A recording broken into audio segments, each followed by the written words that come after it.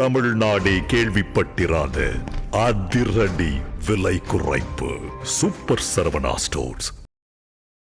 வணக்கம். இது தமிழ் குரலின் சிறப்பு நேர்காணல். இன்றைக்கு நம்மோடு இணைந்திருக்கிறவர் மரியாதைக்குரிய மூத்த பத்திரிகையாளர் மற்றும் வழக்கறிஞர் ஐயா திருமிகு CS கோட்டீஸ்வரன் அவர்கள். சார் வணக்கம். சார் வணக்கம். நேயர்களுக்கு அன்பு வணக்கம். SIR விவகாரம் தொடர்பாக திமுக அனைத்து மாவட்ட தலைநகரங்களிலும் போராட்டம் அப்படிங்கிறத கூட்டணி கட்சிகளாக அறிவித்து பொலிட்டிக்கலி நகர்த்துறாங்க.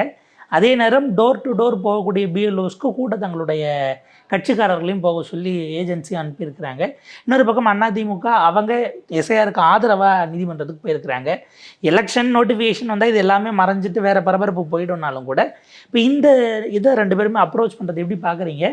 ஒரு மாநில தேர்தல் 4 ஆண்டுகால ஸ்டாலின் ஆட்சி தொடரணுமா இல்லையாங்கிறதுக்கு பதிலாக மத்திய அரசு பாஜக தேர்தல் ஆணையம் ஓட்டை பறிக்கிறதுங்கிறது மெயின் நரேட்டிவாக மாறுறதை எப்படி பார்க்குறீங்க சார்?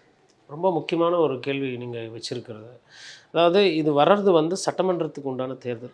தமிழகத்தினுடைய அடுத்த 2026க்கு உண்டான முதலமைச்சர் யார் அப்படின்றத தேர்தலை தாண்டி திமுக ஒரு விஷயத்தை ரொம்ப தெளிவாக பண்ணுறாங்க. அதாவது அவங்களோட தேர்தல் யுக்தியும் கூட அது பாரதிய ஜனதா கட்சியை மையமாக வைத்துக்கொண்டு இந்த தேர்தலை அணுக வேண்டும். அதாவது பாரதிய ஜனதா கட்சியை எதிர்க்கக்கூடிய தன்மை, தகுதி, பிரச்சார யுக்தி எல்லாமே திமுக கொண்டு தான் இருக்குது. நாங்கள் தான் பாரதிய ஜனதா கட்சியை எதிர்க்கிறோம்.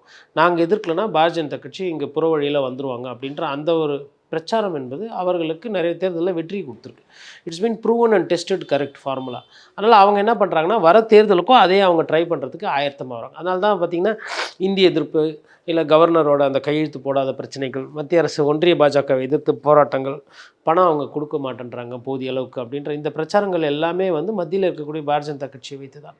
இப்போ பாரதிய ஜனதா கட்சி ஆட்சி என்பது இன்னும் ஒரு 3 வருடங்களுக்கு இருக்க போகுது. அதில் எந்த மாற்றமும் கிடையாது. அதனால் அதிமுக என்ன சொல்கிறாங்கன்னா, நாங்கள் தான் கூட்டணி வச்சாச்சு, கூட்டணி தானே வச்சோம், அமைய போகிறது எங்களோட தலைமையிலான ஆட்சி, அதிமுக தான் அந்த கூட்டணிக்கு தலைமை. அதனால் அதிமுக பற்றி எதனா இருந்தால் பேசுங்க, நம்மளுக்குள்ளே அரசியல் பண்ணிக்குவோம். நீங்கள் எதுக்கு பாரதிய ஜனதா கட்சியை போயிட்டு ஆனவொன்னா இழுத்துட்டு வரீங்க? பாரதிய ஜனதா கட்சி எங்கே இருக்குது? கூட்டணியோடு முடிஞ்சு போச்சு அப்படின்னு சொல்லிட்டு எதிர்க்கட்சி தலைவர் எடப்பாடி பழனிசாமி அதை சொல்கிறார். அப்போ எடப்பாடி பழனிசாமி என்ன நினைக்கிறாருன்னா, அதிமுக வர்சஸ் திமுக அப்படின்னு தேர்தலில் அவர் பிரச்சாரத்தை கொண்டு போகணுன்னு அவர் ஒரு நரேட்டிவ், ஒரு பிரச்சார யுக்தி ஒன்று செட் பண்ணுறாரு. அதுவும் பார்த்திங்கன்னா அதிமுகவுக்கு அது ப்ரூவன் அண்ட் டெஸ்டட். அதாவது திமுக எதிர்ப்பு அரசியல் என்பது அதிமுகவுக்கு கைவந்த கலை. குடும்ப அரசியலோ இல்லை திமுக என்ற கட்சி இருக்கக்கூடாது, அதை ஆட்சியில் தான் அகற்றணும் அப்படின்னு எப்போல்லாம் அதிமுக பிரச்சாரம் பண்ணியிருக்கோம் அந்த நேரத்தில் அவங்களுக்கு நிறைய நேரத்தில் வெற்றியும் கிடைத்திருக்கு.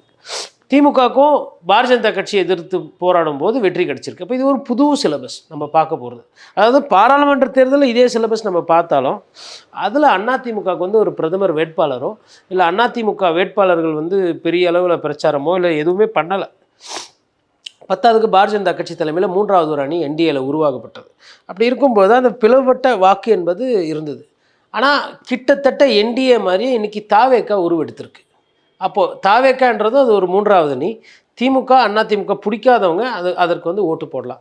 கூடவே இது மாநிலத்துக்கு உண்டான தேர்தல்னும் போது தாவேக்காவுக்கு ஒரு வெயிட்டேஜ். இது இல்லாமல் நாம் தமிழர் கட்சி ஒரு 8% வாக்குகளை வைத்து 3வது பெரிய கட்சியாக களத்தில் இருக்கிறாங்க. இப்போ என்ன நடக்க போகுது அப்படின்னா, நான் என்ன பார்க்குறேன்னா, என் பார்வையில் வர தேர்தலில் 4 விதமான யுக்திகள். ஒன்று, பாஜக எதிர்ப்பு அரசியல், அதை மையமாக வைத்து திமுக அறுவடைக்கு தயாராகும். அதிமுக திமுக எதிர்ப்பு அரசியல் என்று அதை வைத்து தயாராகும். இதில் தாவேக்காவும் என்ன பண்ணுதுன்னா, நானும் திமுகவுக்கு எதிர்ப்பு அப்படின்னு சொல்லி இருக்குது. நாம் தமிழர் கட்சியை பொறுத்தவரை அவங்களும் திமுக எதிர்ப்பு தான். பட் அவங்க மத்திய பாஜக கட்சியை விமர்சனம் பண்ணுவாங்க, அதிமுக எல்லாரையும் விமர்சனம் பண்ணக்கூடிய ஒரு கட்சி. அது ஒரு 8% வாக்குகள் இருக்குது. அப்போது ஒரு திமுகவை எதிர்த்து 3 கட்சிகளும், ஒரு பாஜகவை எதிர்த்து ஒரு கட்சியும் களம் காண போகிறாங்க. இது மக்கள் எப்படி பார்க்குறாங்க, இதை எப்படி புரிஞ்சுக்குவாங்க அப்படின்னு பார்க்கும்போது கிட்டத்தட்ட 35-40% திமுகக்கு, அதாவது பாரதிய ஜனதா கட்சி எதிர்ப்பு வாக்குகள்னு ஓரளவுக்கு ரெஜிஸ்டர் ஆகிருக்கு. 20லிருந்து 35% அதாவது 2021 தேர்தலில் வாங்கினதுக்கும் 2024 தேர்தலில் வாங்கினதுக்கும் அதிமுகவோட வாக்கு வங்கி 35 இருந்தது ஒரு 20க்காக சரிஞ்சிருக்கு. பட் அது சட்டமன்ற தேர்தல், இது பாராளுமன்ற தேர்தல். அப்போ பிரிஞ்சு போன பாஜக இப்போ திருப்பி மறுபடியும் கூட்டணிக்கு வருது அப்படின்னும் போது அது எந்த அளவுக்கு எண்ணிக்கை போகும் அப்படின்னு போகும்போது ஒரு மல்டி கார்னர்டு க்ளோஸ் கண்டெஸ்ட்டுக்கு தமிழ்நாடு போகுது. அந்த க்ளோஸ் கார்னர்ட் கண்டெஸ்ட்டுக்கு போகும்போது இந்த பிரச்சாரத்தை யார் நல்லா பண்ணுறாங்க, திமுக எதிர்ப்பு பிரச்சாரம் யார் நல்லா பண்ணுறாங்களோ அவங்களுக்கு அதிகமான ஓட்டுகள் கிடைக்கும். இப்போ உதாரணத்துக்கு இப்போ நாம் தமிழர் கட்சியும் எதிர்க்குது, விஜயும் எதிர்க்கிறாங்க, அதிமுகவும் எதிர்க்கிறாங்கன்னா களத்தில் வந்து அதிமுகவுக்கு வந்து வாக்குகளை பெறுவதும் அதுக்கு இன்ஃப்ராஸ்ட்ரக்சர் அதிகமாக இருக்குது. மற்ற அறுவடை செய்வதற்கான கட்டமைப்பு வந்து அதிமுகவுக்கு அதிகமாக இருக்குது. அதாவது திமுக எதிர்ப்புன்ற அந்த புள்ளியில் பாரதிய ஜனதா கட்சி எதிர்ப்பு அப்படின்னு வரும்போது அதுலேயுமே வந்து கட்டமைப்பில் வந்து திமுகவுக்கு பலமாக இருக்கிறது. அப்போ இந்த 2 திராவிட கட்சிகளுக்கும் அந்த பலம் என்பது கூட இருக்குது. அதே நேரத்தில் சீமான் அவர்களும் வந்து இந்த தேர்தலை வந்து அவர் தனியாக தான் பார்க்க போகிறாரா? ஒருவேளை சீமானே கூட்டணிக்கு போகிறாரு அப்படின்னா, சீமான் எந்த கூட்டணியில் ஒருவேளை அதிமுகவோட சீமான் சேர்றாருன்னா எல்லாருமே விஜய் சேர்ந்தாதான் என்ன ஆகுன்ற மாதிரி பேசுகிறாங்க. சீமானே போய் ஒருவேளை அதிமுகவில் கூட்டணி சேர்ந்தாலுமே ஆட்சி மாற்றத்துக்கு என்பது கிட்டத்தட்ட வந்து அந்த அந்த அணியை வந்து ஒரு வெற்றி பாதைக்கு சீமானால் கொண்டு சேர்ந்து ஆப்டிக்ஸ் அப்படிங்கிறது மாறிடும். இப்போ எல்லாம் என்னென்னா கூட்டணிக்கு வராத ஒரு விஜயை பிடித்து கொண்டு எல்லாரும் வந்து வாங்க வாங்கன்னு கூப்பிட்டுட்டு இருக்காங்க. கடந்த காலத்தில் சீமானுக்கும் இருந்தது அந்த மவுசு.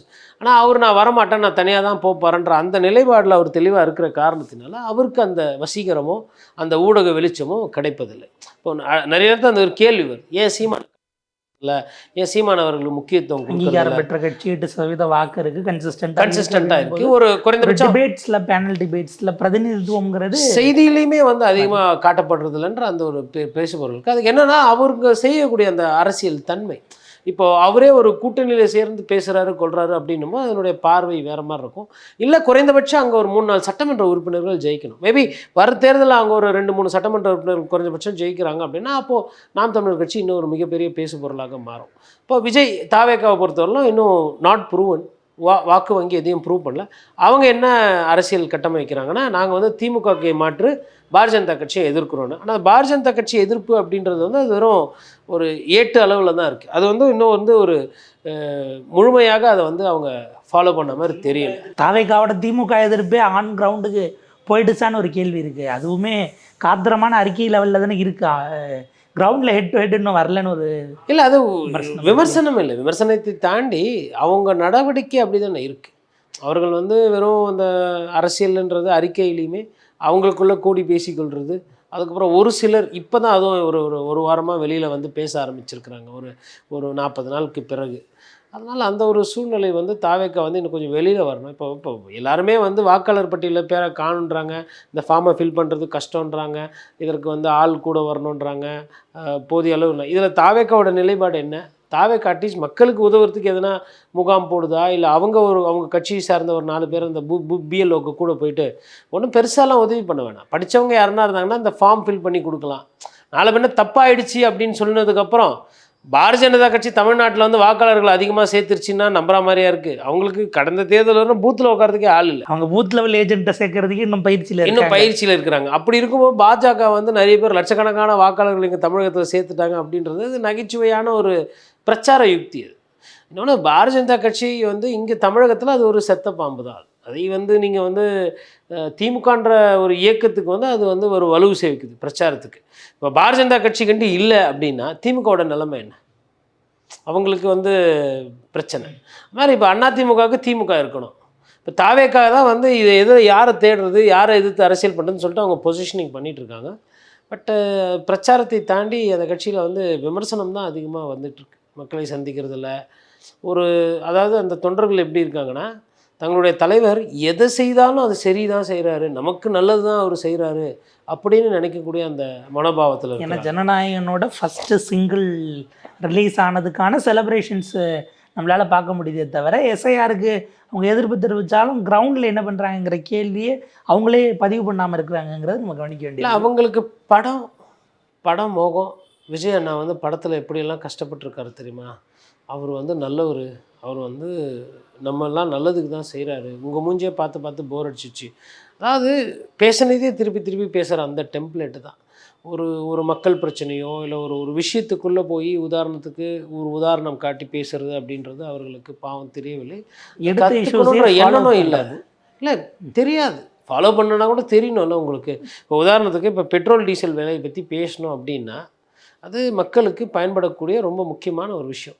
அதில் மாநிலத்தில் எவ்வளோ வரி போடுது, மத்திய அரசாங்கம் எவ்வளோ வரி போடுது, கடந்த காலத்தில் வேட் எவ்வளோ இருந்துச்சு, அது ஜிஎஸ்டியில் வருமா வராதா, அதில் வந்து நம்மளோட தமிழகத்தோட பங்களிப்பு என்ன, எண்ணெய் நிறுவனங்கள் எவ்வளோ அதிகமாக காசு கொடுத்து வாங்கி கம்மியாக வாங்கி அதை நம்மக்கிட்ட அதிகமாக காசு வசூலிக்கிறாங்க, ரஷ்யா போர்னால அதில் வந்து எவ்வளோ வந்து இந்திய அரசாங்கத்துக்கு லாபம் நடந்தது, அந்த லாபத்தை வந்து தனியார் எண்ணெய் நிறுவனத்துக்கு கொடுத்தாங்க, ஆனால் மக்களுக்கு கொடுக்கல அப்படின்றது ஒரு பிரச்சாரம். மக்கள்கிட்ட இப்போ விஜய் போன்றவர்கள் இதை பேசினார்னா, எப்போ நீங்கள் போடுற பெட்ரோல் வந்து 50 ரூபா 60 ரூபாய்க்கு கொடுக்க முடியும், லாபத்தில் கொடுக்க முடியும், ஆனால் நீங்களாம் 95 ரூபா 100 ரூபா கொடுத்து போட்டுட்ருக்கீங்க, உங்கள் கை காசு வயிற்றில் வாயில் அடித்து நீங்கள் வந்து பெட்ரோலை போட்டு டீசலை போட்டு போயிட்டுருக்கீங்க, அதெல்லாம் மத்திய அரசுக்கு போகுது, தனியார் நிறுவனத்துக்கு போகுது அப்படின்னு ஒரு வாரி விஜய் அவர்கள் பிரச்சாரம் பண்ணால் அது பேச பொருளாகும். ஆனால் விஜய் ஃபஸ்ட்டு அதற்கு தயாராக இல்லை, பாரதிய ஜனதா கட்சி எதிர்க்கிறதுக்கு தயாராகல. இன்னொன்று, இந்த நேரத்தில் வந்து பிஜேபியோட குடுமி வந்து மாட்டியிருக்கு பாஜக கிட்ட. அதில் வந்து எப்படி நம்ம அதிமுக வந்து ஒரு விஷயத்தில் அதில் நம்ம விமர்சனம் செய்கிறோமோ, அதே போன்ற ஒரு பிரச்சனையில் வந்து பாஜக மாட்டிருக்கு. உதாரணத்துக்கு இன்றைக்கி காலையில் கூட என்ன செய்தினா, தேர்தல் ஆணையத்துக்கிட்ட சின்னம் சம்பந்தமாக போகிறாங்க. இன்றைக்கி நமக்கு தெரியும் தேர்தல் ஆணையத்தோட லட்சணம் என்னவாக இருக்கிறதுன்னு. அப்படி இருக்கும்போது அது ஒரு கண்டிப்பாக அவர்களுக்கு ஒரு சர்ச்சை, ஒரு பிரச்சனை. இது AIADMK well proven DMK anti DMK vote bank அப்படிங்கிறது அவங்களுடைய 50 ஆண்டு கால வரலாறாக இருக்கும்போது, இப்போ அந்த இடத்துல பொசிஷன் பண்ணிக்கிறதுக்கு விஜய் வராருன்னா, இவ்வளோ நாள் இருந்த சாஃப்ட் கார்னருங்கிறது ஒருவேளை ஃப்யூச்சரில் வருவதற்கான வாய்ப்பு இருக்குது அப்படிங்கிற இடத்துல ஏடிஎம்கே இருந்தது நம்மளால் புரிஞ்சிக்க முடியுது. இப்போ இதற்கு பிறகு அவங்க ஸ்ட்ராங்காக விஜயவும் நெக்லெக்ட் பண்ணக்கூடிய இடத்துக்கு இல்லை இக்னோர் பண்ணக்கூடிய இடத்துலேயே எவ்வளோ நாள் போக முடியும்னு ஒரு கேள்வி வருது. இல்லை இந்த லாஸ்ட் ஆப்பர்ச்சுனிட்டி அல்லது டோர் க்ளோஸ் ஆகிற வரைக்கும் இந்த சாஃப்ட் டோன் இருக்குமா, இல்லை அட் அ டைமில் ஏடிஎம்கே டிஎம்கே 2 பேரும் அடித்தா தாங்குற நிலையில் டிவிக்கே இருக்குமான்னு ஒரு கொஷின் ரைஸ் ஆகுது. இல்லை சார், 2 பேரும் ஒரே நேரத்தில் சேர்த்து அடிச்சாங்கன்னா டிவிக்கே தாங்குற நிலைமையிலாம் இல்லை. தாவேக்கா வந்து யதார்த்தமாக பேசும். சட்டமன்ற கூட்டத்தொடரில் வந்து அதிமுக தலைமையில் இருக்கக்கூடிய எடப்பாடி பழனிசாமி பேசலை அப்படின்னா விஜய்க்கு இன்னும் வந்து ஒரு பேச்சே கிடையாது. மூச்சு பேச்சு இல்லாமல் தானே அவங்க இருந்தாங்க. இவங்க தானே அதிமுக தானே அவங்களுக்கு சப்போர்ட்டு வக்காலத்து வாங்கி இட்டு கொடுத்து பேசி அவர்களுக்கு வந்து ஓகே ஒரு ஒரு ஒரு குரல் கொடுத்து குரலின் குரலாக இருந்து அவங்களுக்கு வந்து ஒரு பாதுகாத்துட்டு இருந்தாங்க. ஆனால் அதை வந்து பிரதிபலிக்கிற விதத்துலையோ இல்லை அதற்கு ஒரு நன்றி தெரிவிக்கிற வகையில் குறைந்தபட்சம் ஒரு ஒரு வார்த்தைகள் கூட எதுவும் சொல்ல கூட்டணிக்கு போகணுன்னு கிடையாது. அதாவது எதிரிக்கு எதிரி நண்பன் என்று அரசியலில் சொல்லுவாங்க. ஒரு நல்லது கெட்டதில் வந்து ஒருத்தர் கூட நின்னாங்க அப்படின்னா அதை வந்து நினைத்து பார்க்கக்கூடிய ஒரு தன்மை என்பது ஒவ்வொரு அரசியல் கட்சிக்கும் இருக்கும். வைகோ இன்னைக்கு 1000 விமர்சனம் செய்தாலும் அதிமுகவை, எம்ஜிஆர் அவர்களையும் அம்மையார் ஜெயலலிதா பற்றி இன்றும் எங்கன்னா நினைவு கூர்றாரு. இந்த இடத்துல இது பண்ணாங்க, இந்த இடத்துல எனக்கு பண்ணாங்க. அதேமாதிரி திருமாவளவன் அவர்களும் சரி.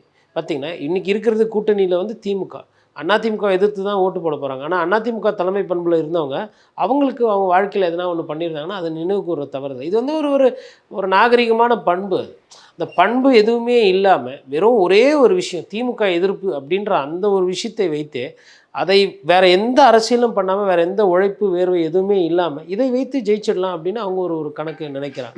அது எந்தளவுக்கு அவங்களுக்கு வந்து உதவி பண்ணணும்னு நமக்கு தெரியல. இது வந்து அவங்களுக்கு வந்து ஒரு பின்னடைவை தான் கொடுக்கும்.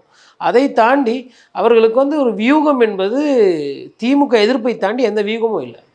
உதாரணத்துக்கு இன்றைக்கி என்ன பேசுவோம்னா, தாவேக்கா காங்கிரஸுடன் கூட்டணி சேருமா, காங்கிரஸ் வந்து இழுக்குது, காங்கிரஸில் பேசிகிட்டு இருக்காங்க. உதாரணத்துக்கு இன்னும் கசியப்படுற செய்தி என்னென்னா, சிதம்பரம் அவர்கள் வந்து காங்கிரஸும் தாவேக்கா கூட்டணி வந்தால் நல்லாயிருக்கும் அப்படின்னு அவர் ஒரு கணக்கு போடுறாரு. இது எப்படின்னா, எப்படி தேர்தல் களத்தில் நின்று ஜெயிக்க முடியாத அம்மையார் நிர்மலா சீதாராமன் பாரதிய ஜனதா கட்சி வந்து திமுகவை வந்து எதிர்த்து அதிமுகவை அழித்து ஒரு பிரதான ஒரு நிலைக்கு வந்ததுக்கு பிறகு தமிழகத்தோட முதலமைச்சர் நிர்மலா சீதாராமன் ஆக முடியும்னு எப்படி நிர்மலா சீதாராமன் நம்புகிறாங்களோ அதே மாதிரி தான் ஐயா சிதம்பரமும் ஆசைப்படுறான்னு நம்ம புரிஞ்சுக்கலாம். ஒருவேளை இந்த கசியப்பட்ட செய்தி உண்மையாக இருக்குமேனால் இதில் ஒருவேளை சரி ஒரு பேச்சுக்கு இப்போ அது ஒரு பேசுபொருளாக இருக்குது. காங்கிரஸும் தாவேக்காவும் கூட்டணி வந்தால் என்ன ஆகும்?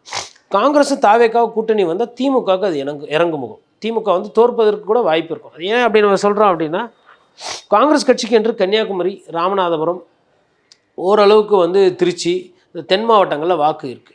அந்த வாக்கு வந்து கூட்டணி கட்சியில் இருக்கக்கூடிய திமுகவுக்கு வரலன்னா அது ஒரு பெரிய பின்னடைவு. விஜய் மாதிரி ஒரு கட்சியோடு போயிட்டு காங்கிரஸும் சேருதுன்னும் போது கொஞ்சம் பணம், ஆள்பலம், பிரச்சாரமெல்லாம் அவங்களுக்கு கிடைக்கும். அதை வைத்துக்கிட்டு அவங்களும் தமிழகத்தில் ஜெயிக்க போகிறதில்ல. உங்களுக்கு வந்து அந்த 40% வாக்கு வங்கி வரும். காங்கிரஸ்க்கு இப்போ எவ்வளோ வாக்கு வங்கி இருக்குன்றது அவங்களுக்கே தெரியாது. ஏன்னா ரொம்ப நாளாக திமுக கூடயே பயணம் பண்ணதுனால அவங்க நிலை என்ன, அவங்களுக்கு என்ன கட்டமைப்புன்றது தெரியாது. இந்த சைடு நீங்கள் எடுத்தீங்கன்னா அப்படி மீறி எடுத்தாலும் அதெல்லாம் வந்து 10 டிஜிட்டுக்குள்ளே தான் இருக்கும் காங்கிரஸ். இவங்க வந்து இன்னும் ப்ரூவ் பண்ணலை. இப்போ நம்ம சராசரியாக என்ன நினைக்கிறோன்னா ஒரு 8லேருந்து 12% வரலாம் விஜய்க்கு அப்படின்ற மாதிரி இருக்கும்போது அதெல்லாம் சேர்த்தா கூட 20% தான் வரும் காங்கிரஸோடு சேர்ந்தாலுமே. அதை தாண்டி ஒருவேளை 25 போனாலும் அவங்களால வந்து வெற்றி தோல்வியை மாற்ற முடியும். 30%க்கு மேலே வந்தால் தான் அவங்களால எதிர்கட்சியாக வர முடியும். 40 விழுக்காடுக்கு மேலே போனால் தான் ஆளுங்கட்சியாக வர முடியும். இது எல்லா கட்சிக்கும் இதே காம்பினேஷன் தான். மேபி இது வந்து ஒரு பிஜேபிக்கு வலுப்படுத்துகிற ஒரு வியூகமாக கூட இருக்கும். ஆதவர்ஜுனா போன்றவர்கள் இதற்கு கூட ஒத்துக்குவாங்க. உங்களுக்கு என்ன திமுக தோக்கணும் அவ்வளோதானே, காங்கிரஸ் கட்சி பிரித்து எடுத்து போய் தாவேகா கூட சேர்த்துட்டா தாவேகாக்கும் நல்லது, காங்கிரஸும் வளரும், திமுகவும் தோக்கும், ஒரே கல்லில் 3 மாங்காய். நீங்கள் வேணால் பிஜேபி அதிமுக வலுவான ஒரு கூட்டணி அமைச்சு நீங்கள் ஜெயிச்சுக்கோங்க அப்படின்னு கூட சொல்லுவாங்க. அதனால் நிறைய வியூகங்கள், நிறைய விஷயங்கள் இதில் வந்து பின்னாடி பார்க்கப்படும். ஆனால் இதில் என்ன ஒரு அடிப்படைனா, தாவேகாவோட தொண்டர்கள் இல்லை தாவேகா நிர்வாகிகள் இருக்காங்க இல்லையா, அவர்களுக்கு இந்த அளவுக்கு இந்த அரசியல், இந்த உள்ளூர் விவகாரங்கள் பாவம் பயிற்சி பத்தாது. உங்கள் நேரத்துக்கு பதில் நன்றி.